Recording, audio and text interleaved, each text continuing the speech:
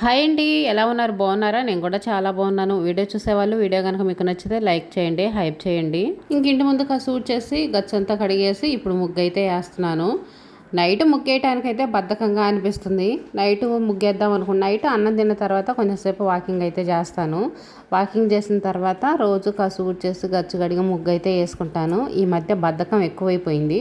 Walking అయితే చేస్తున్నాను. అన్నం తిన్న తర్వాత మా బజార్ని కాసేపు అటు ఇటు అయితే తిరుగుతాను. మా బజార్ పెద్దదేను, పొడవు ఎక్కువగానే ఉంటుంది. ఇంకా వేరే ఎక్కడికి వాకింగ్ అని ప్రత్యేకంగా వెళ్ళాల్సిన అవసరం కూడా ఉండదు. ఈ బజార్ని ఒక 10 రౌండ్లు తిరిగామంటే చాలు, మనకు ఫ్రీగా ఉంటుంది. నైట్ అన్నం తిన్న తర్వాత కాసేపు అటు ఇటు తిరుగుతా ఏదో ఒక పనులు చేసుకుంటా ఉన్నాం అనుకోండి, వెయిట్ తగ్గడం తగ్గకపోవడం తర్వాత సంగతి. ముందు మనకైతే హెల్తీగా అనిపించుద్ది, బాగా హుషారుగా ఉంటుంది. ఇంకా గ్యాస్ వచ్చినట్టు కానీ పొట్టలో కానీ ఎటువంటి ఇబ్బంది లేకుండా బాగుంటుంది. వెయిట్ తగ్గడం తగ్గకపోవడం అనేది తర్వాత సంగతి. ఇంకా వెయిట్ తగ్గటానికే వాకింగ్ చేయాలంటే మాత్రం కుదరదు. వెయిట్ తగ్గాలంటే మాత్రం వాకింగ్ ఒక్కటే ఉండదు, మనం తినే ఫుడ్ని బట్టి కూడా ఉంటుంది. అన్నీ కంట్రోల్గా ఉంచుకుంటేనే మనం వెయిట్ అనేది తగ్గగలుగుతాము. కొంచెం హెల్త్ పరంగా కూడా బాగుంటుంది అని చెప్పేసి తిన్న తర్వాత అయితే కొంచెం వాకింగ్ అయితే చేస్తాను. వాకింగ్ చేసిన తర్వాత మళ్ళీ కసువు ఊడ్చేసి గచ్చు మొత్తం కడిగేసి ముగ్గేసుకుంటాను. ముగ్గేసుకొని మళ్ళీ ఇంట్లోకి వెళ్ళి ఇంట్లో మనం అన్నం తిన్న గిన్నెలు అవన్నీ ఉంటాయి, అంట్లు అన్నీ ఉంటాయి కదా, అవన్నీ సర్దేసుకుంటాను. నేను అన్నం తిన్న తర్వాత మళ్ళీ పడుకోబోయేటప్పటికి ఈ పనులన్నీ చేసుకునేటప్పటికి 2 గంటల టైం అయితే ఉంటుంది. 8 కల్లా అన్నం తినేస్తాను. నేను ఇవన్నీ సర్దుకొని పడుకోబోయేటప్పటికి 10 అయ్యిద్ది టైం. ఈలోపు టైం అనేది ఎక్కువ గడిచిపోయిద్ది కదా, ఇంకా మనకి అన్నం కూడా అరిగినట్టుగా ఉండి ఏ ప్రాబ్లం కూడా అనిపించదు. కానీ ఈ మధ్య వాకింగ్ చేసిన తర్వాత ఉదయాన్నే ముగ్గేసుకుందాంలే, ఎంతసేపు 5 నిమిషాల పనే కదా అనిపించి బద్ధకం వచ్చేసి వదిలేస్తాను ఆ పని. అందులో అప్పుడప్పుడు వర్షాలు పడి ముగ్గేసినా కూడా ఉండట్లేదు. అయినా గచ్చంతా కడిగేసుకొని ఉదయం లేచిన తర్వాత ముగ్గేసుకోవచ్చు. అంటే ఉదయం పనులు అనేవి త్వరగా అవుతుంటాయి ఇలా చేస్తే. మనం ఉదయం కొంచెం లేటుగా నిద్రలేచామనుకోండి, ఇంటి ముందు ఊడవలేదు, ముగ్గేసుకోలేదు అని అదే టెన్షన్గా ఉంటుంది.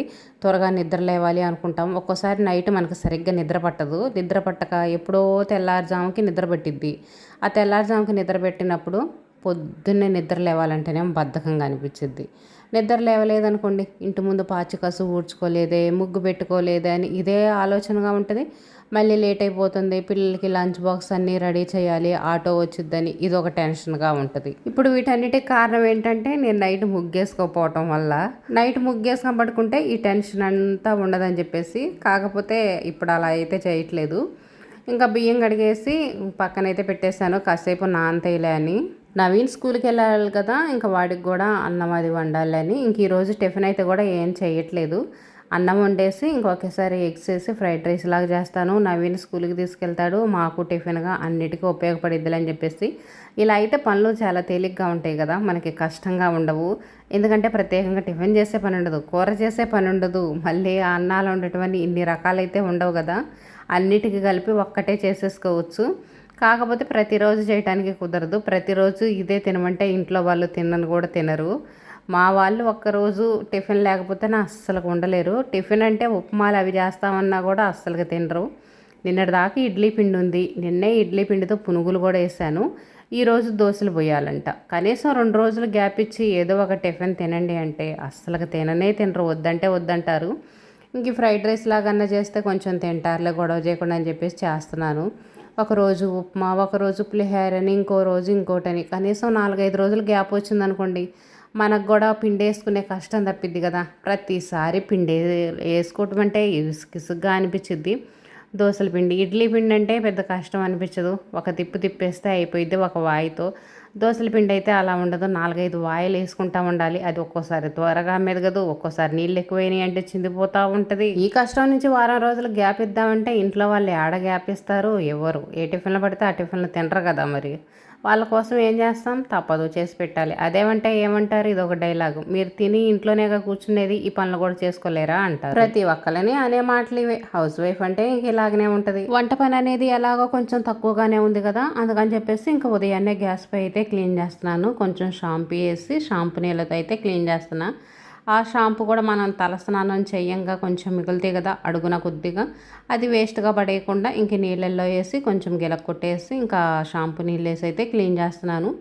ఈ నీళ్ళతో మనం టీవీ కానీ ఫ్రిడ్జ్ కానీ ఇంకేవైనా క్లీన్ చేసుకోవచ్చు. బాగా నీట్గా క్లీన్ అవుతాయి. సర్పు కంటే కూడా షాంపూ నీళ్ళతో క్లీన్ చేసుకుంటేనే చాలా నీట్గా ఉంటాయి. ఈ స్టిక్కర్స్ చూడండి, కొన్ని అయితే ఊడినట్టుగా ఉంటున్నాయి, కింద అయితే కొంచెం కలర్ కూడా పోయినాయి. ఈ కొంచెం ఊడినట్టుగా ఉన్నాయి ప్లాస్టర్ పెట్టి అంటిద్దాం అనుకుంటున్నాను, ఎప్పటికప్పుడు అంతే మర్చిపోతున్నాను.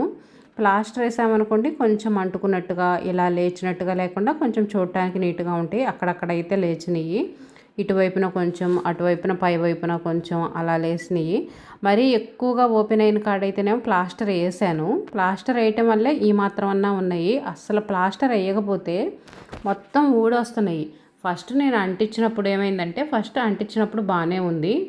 నైటు అయితే మొత్తం ఊడేసినాయి. తెల్లారి నిద్రలేసి వచ్చి చూసేటప్పటికి మొత్తం అయితే కిందకి పడి ఉన్నాయి. పైన అంటించిన స్టెప్ బడికి కిందకైతే వచ్చేసినాయి మొత్తం. అందుకని ఇంకా అవి మళ్ళీ మొత్తం అంటించేసేసి అవి మళ్ళీ ఊడి రాకుండా ఉండటానికి ప్లాస్టర్ వేసాను, వైట్ ప్లాస్టర్ వేసాను. వైట్ ప్లాస్టర్ వేస్తే కనిపించకుండా ఉంటుంది. మనం కలర్ ప్లాస్టర్ ఉంటాయి చూడు, అవి వేసుకోకూడదు. అవి వేసామంటే కనిపిస్తాయి. ఆ ప్లాస్టర్ తీసేటప్పుడు కూడా గోడకున్న పెయింట్ పోయిద్ది. అందుకని చెప్పేసి నేను ఈ వైట్ ప్లాస్టర్ అయితే వేసాను. కలర్ అవి కూడా సరిగ్గా వైట్వి అంటుకున్నంత నీట్గా కలర్ అయితే అంటుకోవు. మనం ఏదైనా షోకేస్కి కవర్లు కానీ ఏమన్నా వేసుకోవాలంటే మాత్రం ఇలాంటి వైట్ ప్లాస్టర్ తెచ్చుకోవటమే మంచిది. కలర్ అయితే అంత బాగుండవు, అంత నీట్గా కూడా అంటుకోవు. ఇంకా అన్నం అయితే పొయ్యి మీద పెట్టేశాను. అన్నం అయితే ఉడుకుతుంది. ఇంక ఈలోపేమో ఇంకా కూర చేద్దామని చెప్పేసి ఇంకా ఉల్లిపాయలు అయితే కోస్తున్నాను. ఎగ్ ఫ్రైడ్ రైస్ అని చెప్పాను కదా, ఇంకా మా కోసం మళ్ళీ ఏదో ఒక కూర అయితే చేసుకోవాలి. ఏం కూర చేయాలో ఆలోచిస్తున్నాను. ఇంట్లో కూరగాయలు అయితే ఏమి లేవు. ఒక దోసకాయ ముక్క అయితే ఉంది. మొన్న దోసకాయ టమాటా కూర చేశాను. దోసకాయ టమాటా కూర చేసినప్పుడు దోసకాయ ఎక్కువైందని చెప్పేసి సగం కట్ చేసి పక్కన పెట్టి ఉంచాను ఫ్రిడ్జ్లోనే. ఇప్పుడు ఆ సగం దాంతో కూర అయితే చేయాలి. ఏం కూర చేయాలి, ఏం చేస్తే తింటారని అయితే ఆలోచిస్తున్నా. ఎలాగో నవీన్కైతే ఫ్రైడ్ రైస్ పెట్టేస్తాను, వాడితో ఇబ్బంది లేదు. మళ్ళీ సాయంత్రం చూసుకోవచ్చు వాడి సంగతి. మా అమ్మాయికి అయితేనేమో ఫ్రిడ్జ్లో పప్పు అయితే ఉంది. నిన్న తోటకూర పప్పు చేశాను, ఆ పప్పు అయితే ఉంది. తనకైతే ఇంకా ఆ పప్పు సరిపోయిద్ది. ప్రస్తుతానికి మధ్యాహ్నం వాటికి ఇంక ఇబ్బంది అయితే లేదు. ఇంకా ఆ దోసకాయతో మాకేం చెయ్యాలో ఆలోచించాలి.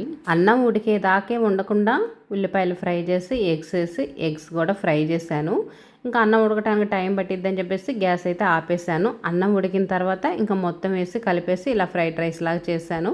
కొంచెం ధనియాల పొడి అయితే వేసాను, కారం వేసాను. నేను పచ్చిమిర్చి కంటే కూడా ఎక్కువ కారమే వేస్తుంటాను. ఎందుకంటే ఇంట్లో వాళ్ళు పచ్చిమిర్చి వేస్తే తినరు, పిల్లలు తినరు. మా ఆయన కూడా తినటానికి అంత ఇష్టపడ్డాడు, గ్యాస్ ప్రాబ్లం వచ్చిందని చెప్పేసి. అందుకనే ఇంక ఎక్కువ శాతం కారమే వేస్తుంటాను. ఇంకా నవీన్కి కూడా బాక్స్కి అయితే పెట్టేస్తున్నాను. ఇంకా కూర గురించి కూడా ఆలోచించి కూర అయితే చేద్దామని చెప్పేసి ఇంకా అది కూడా పక్క పొయ్యి మీద అయితే పెట్టేశాను. ఏం కూర చేస్తున్నాను ఆ దోసకాయ ముక్కతోటి అని చెప్పేసి తర్వాత చూపిస్తాను. ముందు నవీన్కి అయితే లంచ్ బాక్స్ పెట్టేద్దాం. వాడు వెళ్ళిపోయాడు అనుకోండి, మనకు హాయిగా ఫ్రీగా ఉంటుంది, ప్రశాంతంగా ఉండొచ్చు. నవీన్ అయితే క్రికెట్లో సెలెక్ట్ అయ్యాడంట, స్కూల్ నుంచి రాగానే చెప్తున్నాడు. ఇంకా కూర అయితే ఆలోచించి ఇదిగో దోసకాయ పులుసు అయితే చేస్తున్నాను. ఈ పులుసు అయితే ఇంకా నాకు, మా ఆయనకి, అమ్మ కూడా ఉంది కదా, మాకైతే ఇంక ఈ పులుసు ఉంటాయిలే అని చెప్పేసి.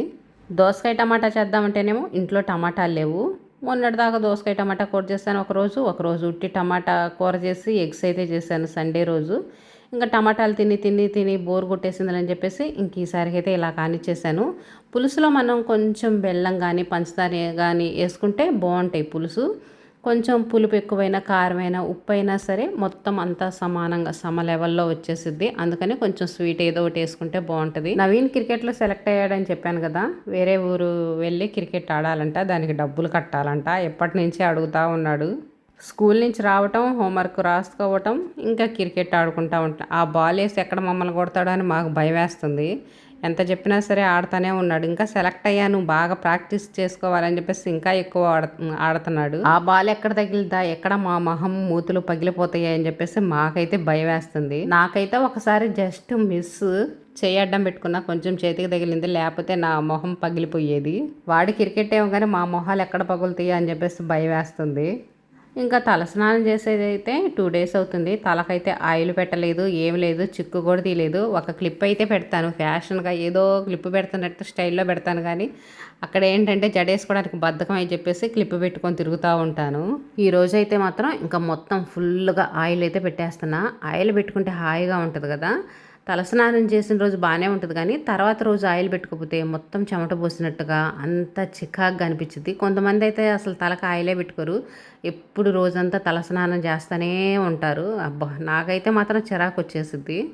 తలకు ఆయిల్ పెట్టుకోకుండా ఒకరోజు అలా అయితే ఉంటాను కానీ తర్వాత మాత్రం ఆయిల్ పెట్టుకోకుండా అస్సలు ఉండను. ప్రతిరోజు ఆయిల్ పెట్టుకున్నా పెట్టుకోకపోయినా సరే రోజు మార్చి రోజైనా సరే ఆయిల్ పెట్టుకుంటూ ఉంటాను. కానీ ఇప్పుడు పిల్లలు మాత్రం వారానికి ఒక్కసారి ఆయిల్ పెట్టుకోవటం, ప్రతిరోజు తలస్నానం చేయటం. ఆయిల్ పెట్టుకుంటే ఫేస్ జిడ్డుగా ఉంటాయంట. హెయిర్ బాగుండాలా, హెయిర్ ఊడిపోకుండా ఉండాలంటే మనం ఆయిల్ పెట్టుకోవాల్సిందే. ఎంత ఆయిల్ పెట్టినా సరే వైట్ హెయిర్ రాకుండా మాత్రం అసలు ఉండట్లేదు. వైట్ హెయిర్ వచ్చిన కాంచి పెద్ద ప్రాబ్లం అయిపోయింది. ఎక్కడికన్నా వెళ్ళాలంటే మాత్రం మేకప్లు వేయాల్సిందే, లేకపోతే వెళ్ళలేకపోతున్నాము. ఎక్కడికన్నా వెళ్ళట్లేదు కదా మనం, ఇలా ఉంటే ఏమైందిలే అనుకుంటేనేమో మొత్తం హెయిర్ అంతా తెల్లగా కనిపిస్తుంది.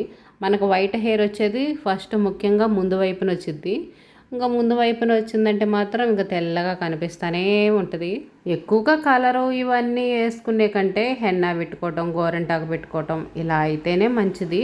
కాకపోతే వాటి వల్ల ఏంటంటే వైట్ హెయిర్ అనేది ఎర్రగా కనిపిస్తూ ఉంటుంది. కలర్ వేసుకుంటేనేమో మొత్తం నల్లగా ఉంటుంది, కలర్ వేసుకోపోతేనేమో వైట్ హెయిర్ కొంచెం కలర్ అనేది ఎర్రగా అలా కనిపిస్తూ ఉంటుంది. తలకాయలు పెట్టేశాను కదా, ఇప్పుడైతే హాయిగా ప్రశాంతంగా ఉంది. మసాజ్ చేసుకుంటే ఇంకా బాగుంటుంది కదా. మసాజ్ మా నవీన్ ఉంటే మసాజ్ చేయమంటే బాగా చేస్తాడు. చేసినందుకు ఒక 10-20 లంచం అయితే అడుగుతాడు. ఇచ్చినా కానీ మాత్రం మనకు హాయిగా ఉంటుంది కదా. ఇంక ఇదేనండి ఈరోజు వీడియో నచ్చితే లైక్ చేయండి.